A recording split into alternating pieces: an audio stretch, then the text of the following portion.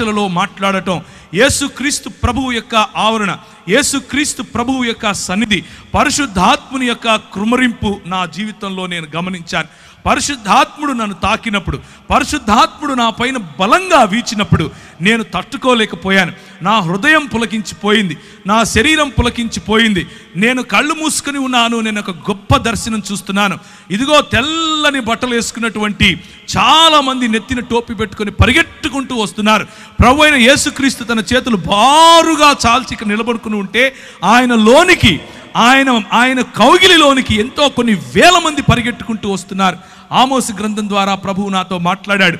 ఆమోసు గ్రంథం ద్వారా ప్రభువు నాతో మాట్లాడి ఆయన నాకు వినిపించే విధంగా పరిశుద్ధాత్ముని యొక్క నడిపింపు. ఆయన అన్నాడు, నీవు ఇందోర్ అనే పట్టణానికి వెళ్ళాలి, నువ్వు చండీగఢ్ అనే పట్టణానికి వెళ్ళాలి, నువ్వు ఉదయ్పూర్ అనేటటువంటి పట్టణానికి వెళ్ళాలి.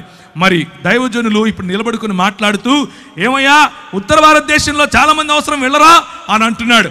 అదే సంఘటన నాకు జరిగింది 2000 సంవత్సరంలో. ఆ భక్తి నా ప్రజలను ప్రేమించి తెలుగు వారి మధ్యకు వచ్చి మరి పరిచర్య చేస్తే నేనెందుకు వెళ్ళకూడదు అన్నటువంటి ఆ ఛాలెంజ్ నేను తీసుకున్నాను. నేను వెళ్ళాను, మధ్యప్రదేశ్ అనే ప్రాంతంలోకి వెళ్ళాను. పరిశుద్ధాత్ముడు నన్ను నడిపిస్తున్నాడు. ఒకానొక రోజు రాత్రి రెండు చొక్కాలు 2 ప్యాంట్లు పెట్టుకుని బయలుదేరాను. నాకు భాష రాదు, ఒక్కరు తెలియదు, ఆ ప్రాంతం తెలియదు, ఎక్కడుండాలో తెలియదు, ఏం చేయాలో తెలియదు.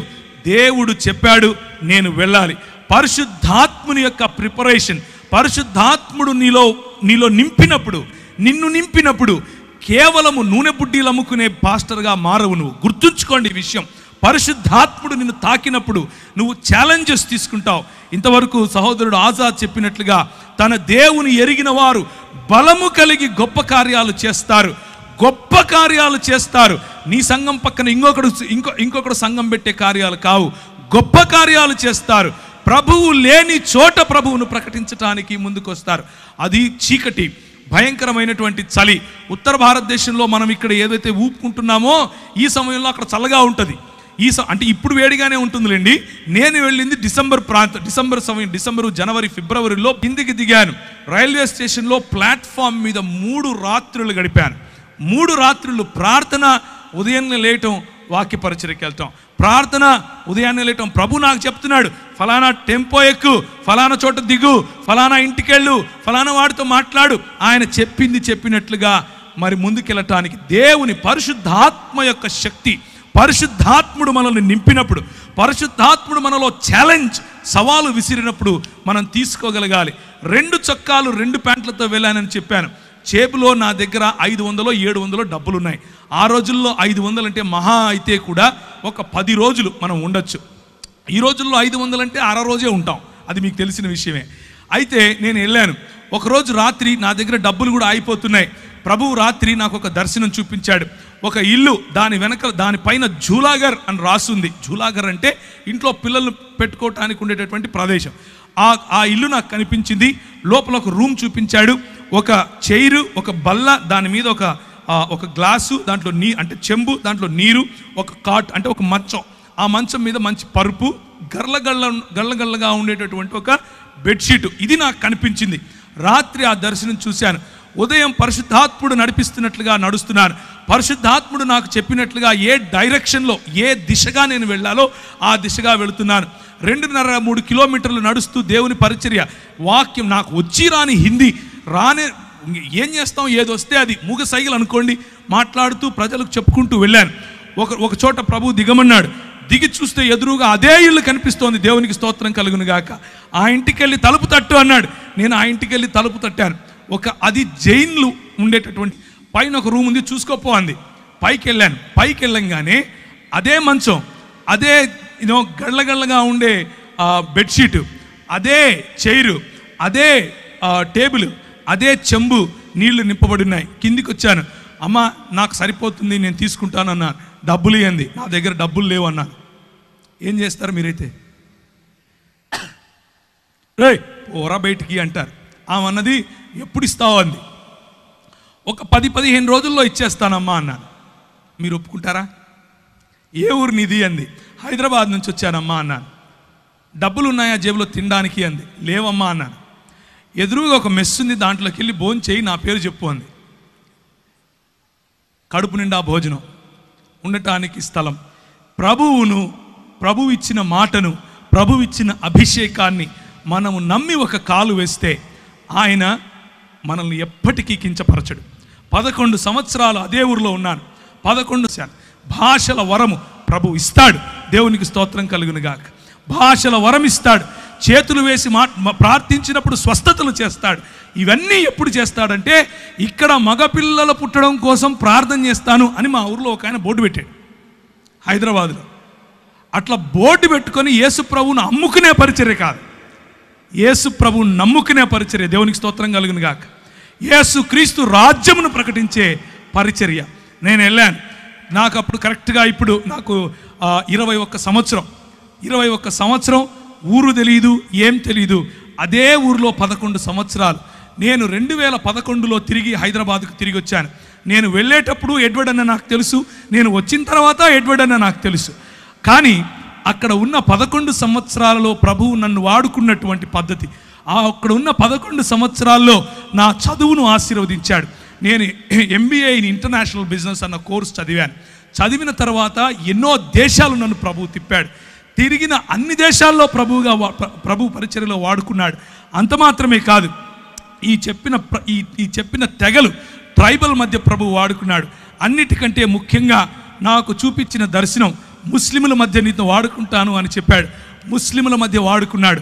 నేను వెళ్ళినప్పుడు 6 మంది, ఒక్క వ్యక్తి ప్రభువుని నమ్ముకోవటానికి 5 ఏండ్లు పట్టింది. ఆ తర్వాత 6 మంది 6 సంవత్సరాలు నాతో వాగ్వివాదం చేస్తూ వచ్చారు. నువ్వేంది, నువ్వు కథ ఏంది, నేను చూసుకుంటామన్నారు. RSS వాళ్ళు, VHP వాళ్ళు నాకు ఈమెయిల్ రాసేవాళ్ళు, నువ్వు ఏ మార్గం గుండా వెళ్తున్నావో మాకు తెలుసు, క్రైస్తవుణ్ణి అని చెప్పుకుంటే చాలు చెప్పుతో కొడతారు. అలాంటి పరిస్థితులు. కానీ స్టెఫెనును ఆశీర్వదించినట్లుగా, స్టెఫెనుకు వాక్ చాతుర్యం ఇచ్చినట్లుగా, స్టెఫెనులో వాక్ ప్రభావం ఇచ్చినట్లుగా, స్టెఫెనును ఏ విధముగా జ్ఞానముతోనూ కృపతోనూ ప్రభువు నింపాడో అలా యవ్వనస్తులను నింపగలడు. మనం ఒక్క విధేయత అన్నటువంటి అడుగు తీస్తే చాలు. నా జీవితం ఆ రోజు పరిశుద్ధాత్ముని యొక్క తాకిడితో మారిపోయింది. పరిశుద్ధాత్ముడు నా జీవితంలో తెలియని అగ్నిని రగిలింపజేశాడు. పరిశుద్ధాత్ముడు నా జీవితంలో ఇచ్చిన ఛాలెంజెస్, నేను వెళుతూ ఉంటే నాకు అన్ని బెడ్స్ ఆఫ్ రోజెస్ అందరూ వచ్చి కాళ్ళ మీద పడిపోయి పైసలు ఇచ్చేసి ఏమో చేశారనుకున్నారా? కాదు. అడుగడుగు నా ఛాలెంజెస్, అడుగడుగు నా బలహీనతలు, అడుగడుగునా తెలియనటువంటి నేను ఎలా చేయాలి ఇప్పుడు అన్నటువంటి పరిస్థితి. కానీ ప్రభువు నమ్మకస్తుడు. ప్రభువు మనల్ని విడిచిపెట్టాడు. పిలిచిన పరిశుద్ధాత్ముడు మనల్ని విడిచిపెట్టాడు. మనల్ని అభిషేకించిన పరిశుద్ధాత్ముడు ఎక్కడెక్కడ నీకు ఏ ఏ పరీక్షలు పెడుతున్నాడో ఆ పరీక్ష ఉత్తీర్ణుడైనటువంటి మరుక్షణం తన ప్రత్యక్షతనిస్తాడు. ఒకానొక రోజు కృంగిపోయాను, భయంకరంగా కృంగిపోయాను. ఏం చేయాలి ప్రభువా? ఎలా నాకు డ్రై లైఫ్, మొత్తం ఎడారి అనుభవం, ఏమీ లేదు, ఖాళీ అయిపోయాను, నేను ఏం చేయాలి ఇప్పుడు అంటూ మోటార్ సైకిల్ నడుపుకుంటూ వస్తున్నాను. ఒక పెద్ద హోర్డింగ్ రాసి ఉంది, అడ్వర్టైజ్మెంట్. అందులో అంటే ఒక న్యూస్ పేపర్ వాళ్ళ అడ్వర్టైజ్మెంట్ అనమాట. క్రైస్తవులం అంటే ఓ భయంకరమైనటువంటి వివక్ష. అలాంటి చోట ఇంత పెద్ద హోర్డింగ్ ఎవరు పెట్టారు? ఇంటికి వెళ్ళాను. ఇంటికి వెళ్ళి ఎక్కడుంది ఆ వాక్యం అని చూశాను. ఎబ్బేజు చేసిన ప్రార్థనను ప్రభువు చూపించాడు. నా సరిహద్దులను విశాలపరచుము అని ఆయన చేసినటువంటి ప్రార్థన నాలో ఒక అగ్నిని తిరిగి ప్రభు ఇవ్వటానికి ఆ వాక్యం సహాయపడింది. నేను ఎందుకు ఈ మాటలు చెప్తున్నాను అనంటే, పరిశుద్ధాత్ముడు రియల్, పరిశుద్ధాత్ముడు నిజమైనటువంటి దేవుడు. పరిశుద్ధాత్ముడు మనతో మాట్లాడగలడు. పరిశుద్ధాత్ముడు మనల్ని తాకగలడు. పరిశుద్ధాత్ముడు మనకు శక్తినివ్వగలడు. కొంతమంది పరిశుద్ధాత్ముని పేరట చేసే గారడీల కోసం మీరు ఆయనను నిజమైన దేవుణ్ణి మర్చిపోకండి. కొంతమంది చేసే గారడీల కారణంగా పరిశుద్ధాత్ముని వెక్కిరింపులకు పాలవుతున్నాడు. కానీ నిజానికి ఆయన నీతిని న్యాయమును జరిగించు దేవుని రాజ్య స్థాపనకు నిన్ను వాడుకోగలడు. ఒకానొక రోజు 2003 నుంచి 2005 ప్రాంతాల్లో రాజస్థాన్ మరియు మధ్యప్రదేశ్ బార్డర్స్లో కొన్ని ఊర్లు ఉన్నాయి, నీమచ్, మందసౌర్ అనే ఊర్లు. ఆ ఊర్లలోకి మమ్మల్ని ప్రభు నడిపించాడు. అక్కడ ఉన్నటువంటి అతి ప్రాముఖ్యమైన సమస్య ఏమిటి అని అంటే, ప్రజలు వాళ్ళ ఇంట్లో ఆడపిల్ల పుడితే చాలా సంతోషిస్తారు. గంతుని చూస్తే ఆ అమ్మాయి 12 ఏళ్ళు వచ్చిన తరువాత, మొట్టమొదటిసారి పుష్పవతి అయిన తరువాత వాళ్ళ సొంత నాన్న వాళ్ళ సొంత అన్న పోయి వీళ్ళ మధ్యలో పింపులుగా పనిచేసి, అంటే బడవలుగా పనిచేసి ప్రజలను, కస్టమర్లను పట్టుకొస్తారు ఈ అమ్మాయికి.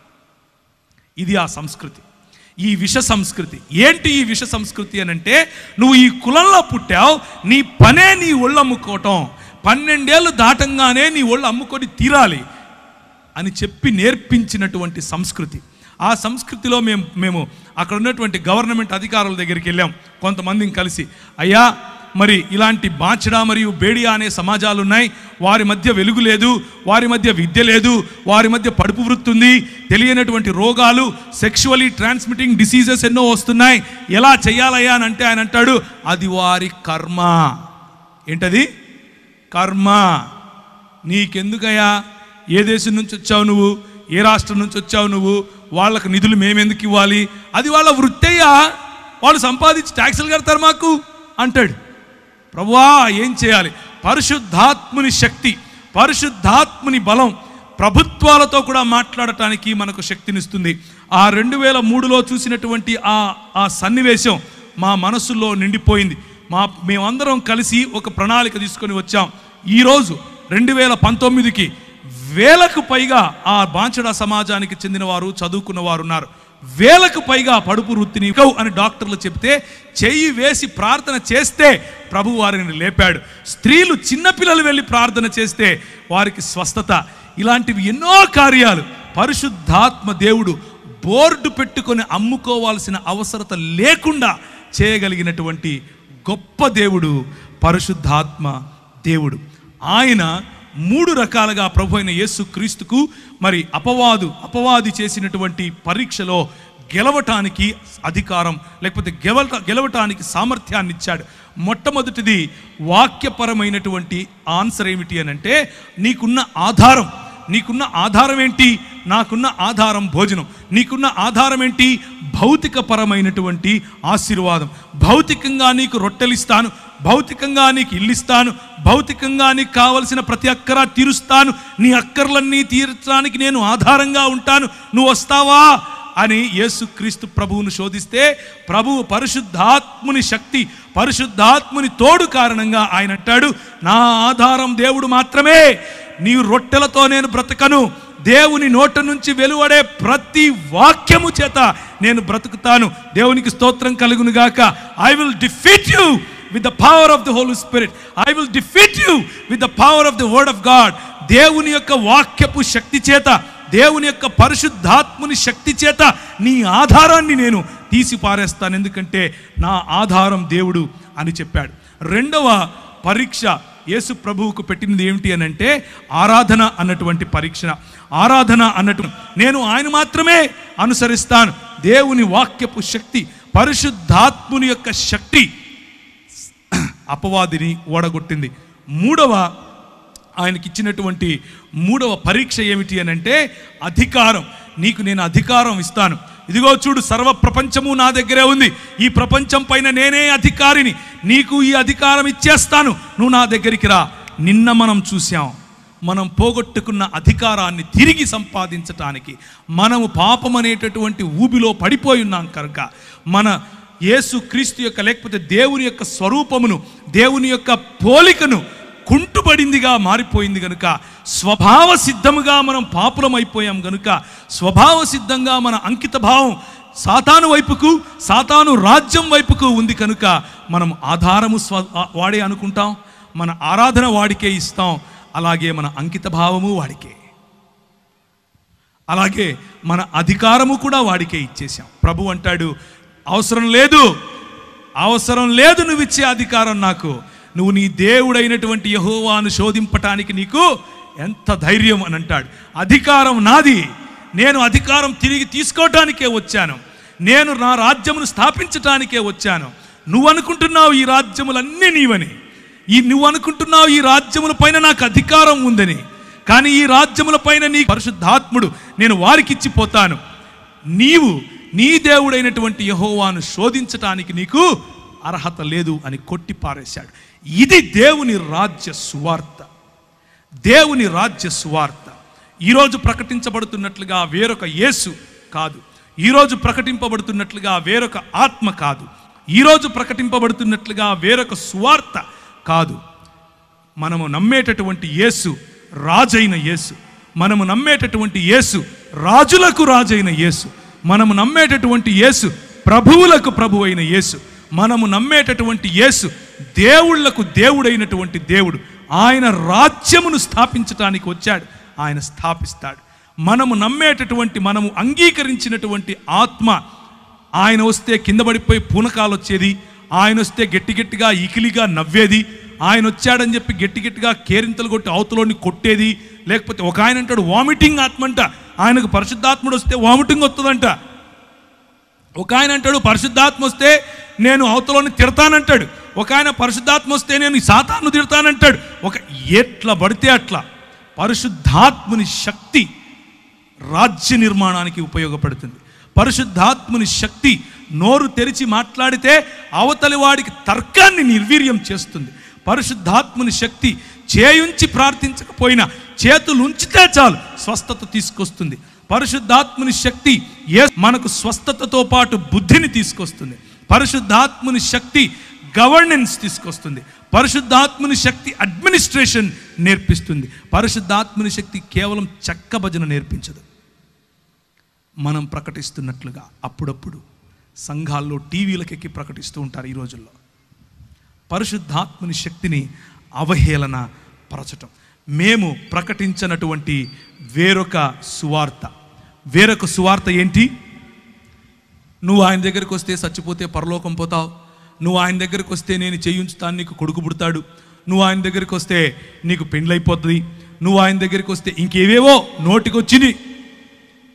కానీ యేసు క్రీస్తే స్వయంగా ప్రకటించినటువంటి సువార్త మనం ఇంతవరకు చూసాం. మార్కు సువార్తలో ఆయన దేవుని రాజ్యం అన్నటువంటి సువార్తను ప్రకటించాడు. మతం కట్టడం కాదు. నన్ను సాక్షిగా ఉండటానికి ఉత్తర భారతదేశంకు వెళ్ళమన్నాడు. ఇంతకు సాక్షిగా ఉండాలంటే ఏం చేయాలి ప్రభువా అని ప్రార్థించాను. ప్రభువా, సాక్షిగా ఉండటం అంటే ఏంటి?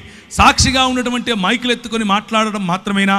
సాక్షిగా ఉండడం అంటే ప్రభువు నన్ను ఆశీర్వదించి కొడుకు పుట్టించాడని చెప్పటమేనా? సాక్షిగా ఉండటం అంటే ఇదిగో నేను చచ్చిపోతూ ఉండే నన్ను లేపాడని చెప్పటమేనా? సాక్షిగా ఉండటం అంటే ఏంటి ప్రభువా, నాకు అర్థం వచ్చేలా చెప్పు అని అన్నాడు. నాకు మత్తయి సువార్త 28వ అధ్యాయం ఆఖరి వచనాలు చదువుతారా? మత్తయి సువార్త 28వ అధ్యాయం. కనుక మీరు సర్వలోకమునకు వెళ్ళి 16 నుంచి సమస్త జనులను 18 నుంచి చదువుదామా? అయితే యేసు వారి యొద్దకు వచ్చి, పరలోకమందును భూమి మీదను నాకు సర్వాధికారము ఇవ్వబడి ఉన్నది కాబట్టి మీరు వెళ్ళి సమస్త జనులను శిష్యులనుగా చేయుడి, బోధించుడి. ఇదిగో నేను యుగ సమాప్తి వరకు సదాకాలము మీతో కూడా ఉన్నాను. అధికారము నాది, పరలోకములో అధికారం నాది, భూలోకములో అధికారం నాది, నీ పైన అధికారం నాది, నీ హృదయంలో నేను ఇప్పుడు రాజును. నువ్వు వెళ్ళు. ఎలా వెళ్ళాలి? ప్రతినిధిగా వెళ్ళాలి. నువ్వు మాట్లాడింది నేను మాట్లాడినట్లుంటుంది, నువ్వు చేయి పెడితే నేను చేయి పెట్టినట్లుగా ఉంటుంది, నువ్వు పలికితే నేను పలికినట్లుగా ఉండాలి, నీ ప్రవర్తన నా ప్రవర్తనలాగా ఉండాలి. నీ సాక్ష్యం అంటే నోరు తెరిచి ఒక మాట చెప్పి బయట జీవితంలో ఇంకొక జీవితం కాదు సోదరులారా. సాక్ష్యముగా జీవించటం, సాక్షిగా జీవించటం అనంటే ఆయన పరిచర్యను కేవలము మతపరమైనటువంటి 4 గోడల మధ్య మాత్రమే పెట్టడం కాదు ప్రియులారా. సాక్షి జీవితం అనంటే నీ వ్యాపారం ఆయనది, సాక్షి జీవితం అనంటే నీ రాజకీయం ఆయనది, సాక్షి జీవితం అనంటే నీ అడ్మినిస్ట్రేషన్ ఆయనది, సాక్షి జీవితం అంటే నీ కుటుంబం ఆయనది, సాక్షి జీవితం అనంటే నువ్వు ఏ రంగములో, ప్రభుత్వ రంగమైనా, వ్యాపార రంగమైనా, ప్రైవేట్ రంగమైనా, మీడియా రంగమైనా, ఏ రంగంలో నువ్వు పనిచేసినా ఆయన నాకు ప్రభువు, ఆయన ప్రతినిధిగా నేను ఇక్కడున్నాను, ఆయన కొరకు నేను సంఘ స్థాపన, ఆయన కొరకు నేను రాజ్య స్థాపన చేయటానికి ఉన్నాను అన్నటువంటి దృక్పథము కలిగి ఉండటం. అందుకనే ఆయన అంటాడు, జనములను ఏం చేయాలి? శిష్యులనుగా చేయాలి. జనములను అన్న చోట దేశములను, సంస్కృతులను, జన సమూహాలను అని కూడా తర్జుమా చేయొచ్చు. గ్రీకులో వాడినటువంటి పదము ఎత్నే అన్నటువంటి పదం, ఆ పదాన్ని అలా కూడా తర్జుమా చేయొచ్చు. మన పిలుపు ఒక దానియేలు పిలుపు, మన పిలుపు ఒక నెహెమ్యా పిలుపు, మన పిలుపు ఒక దావీదు పిలుపు, మన పిలుపు ఒక ఎస్తేరుకి ఇవ్వబడినటువంటి పిలుపు. మన పిలుపు కేవలము చెక్క భజన చేసే పిలుపు కాదు. మన పిలుపు కేవలం మతంలో. అపోస్తలుల కార్యములు 1వ అధ్యాయం, అపోస్తలుల కార్యము 1వ అధ్యాయం. ఆయన శ్రమ పడిన తరువాత 40 దినముల వరకు వారికి అగపడుచు ఏం చెప్పాడు? మీరు ఒక మతం కట్టండి, మీరు వెళ్ళి చెక్క భజన చేయండి, మీతో పాటు నేను కూడా భజన చేస్తాను అన్నాడా? అది మన ఆత్మీయ జీవితంలో భాగం, కానీ అది మాత్రమే ఆత్మీయ జీవితం కాదు. ఆయన ఏమన్నాడు? దేవుని రాజ్య విషయములను గూర్చి బోధించుచు అనేక ప్రమాణములను చూపి వారికి తన్ను తాను సజీవునిగా కనపరుచుకొని దేవుని రాజ్యమును గురించినటువంటి విషయాలు. రాజ్యములో రాజు ఉంటాడు, రాజ్యములో సైన్యం ఉంటుంది, రాజ్యములో రాజుకు ప్రతినిధులు ఉంటారు, రాజ్యములో వనరుల వితరణ ఉంటుంది, రాజ్యములో వనరుల కేంద్రీకరణ ఉంటుంది, రాజ్యములో ఎకనామిక్స్ ఉంటాయి, రాజ్యములో సోషల్ సైన్సెస్ ఉంటాయి. ఏ విధంగా సామాజికంగా మనం ప్రజలను అట్టడుగునున్న వారిని బయటికి తీసుకొని రావాలి అన్న ఆలోచనలు ఉంటాయి. రాజ్యములో విద్యా వైద్య ఆరోగ్య రంగాలు ఉంటాయి, రాజ్యములో మీడియా ఉంటుంది. ప్రతి ఒక్క విషయము, ఒక జన సమూహానికి చెందిన ప్రతి ఒక్క విషయము రాజ్యములను గురించినటువంటి, దేవుని రాజ్యమును గురించినటువంటి విషయాలు వారికి ప్రభువు చెప్పాడు. ఆ తరువాత ఆయన వారిని కలుసుకొని ఇలాగూ ఆజ్ఞాపించెను, మీరు యెరూషలేములో నుండి వెళ్ళక నా వలన వినిన తండ్రి యొక్క వాగ్దానము కొరకు కనిపెట్టుడి. యోహాను నీళ్లతో బాప్తిసమిచ్చను గాని కొద్ది దినములలో మీరు పరిశుద్ధాత్మలో బాప్తిసము పొందెదరు. సొంత శక్తికి చేత కాదు, మన సొంత ఆలోచనలకు చేత కాదు, మన సొంత జ్ఞానముతో నిర్మించలేం. పరిశుద్ధాత్ముడు దిగి రావాలి, పరిశుద్ధాత్ముడు దిగి వస్తాడు.